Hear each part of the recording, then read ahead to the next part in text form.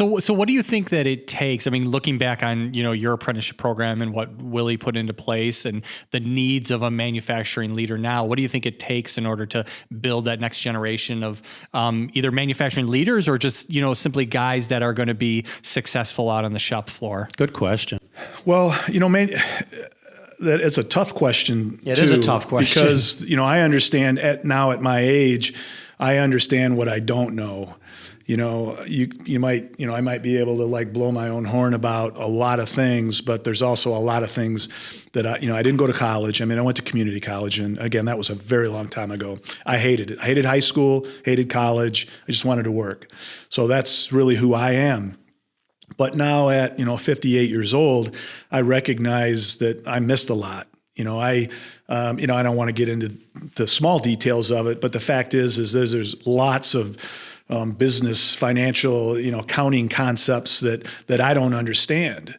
But there's people here, and this is where I want to go with this. There's people here that have those tools. I'm not going to say those are more of a commodity skill set, but I think they kind of are, whereas what took me 40 years to acquire are not. It's a crude wisdom. Yeah. Okay. Yes. That's what it is. Yeah. I think that's a good way to put it. Yeah. Like I say, I'd never had a plan. Never.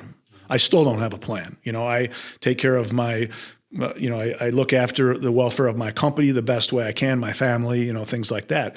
So I have literally no plan of where I want to be next year or 10 years from now, and I didn't 10 years ago.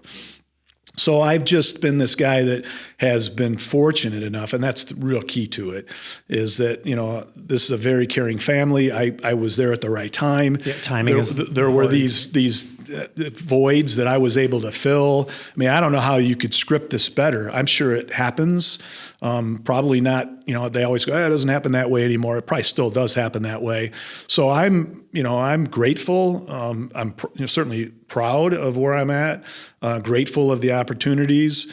But I also recognize that had I gone to college, if I had an MBA and maybe even still did my apprenticeship and did the same things, I'd be a smarter guy, but maybe not.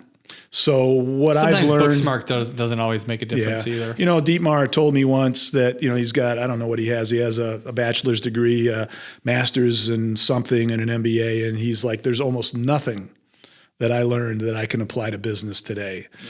So, I've just been able to grow with the company. I've seen a little bit of the outside working at Ingersoll. And of course, now as you get older, it's kind of like, playing golf or any kind of a sport where you just think so much more about what you do.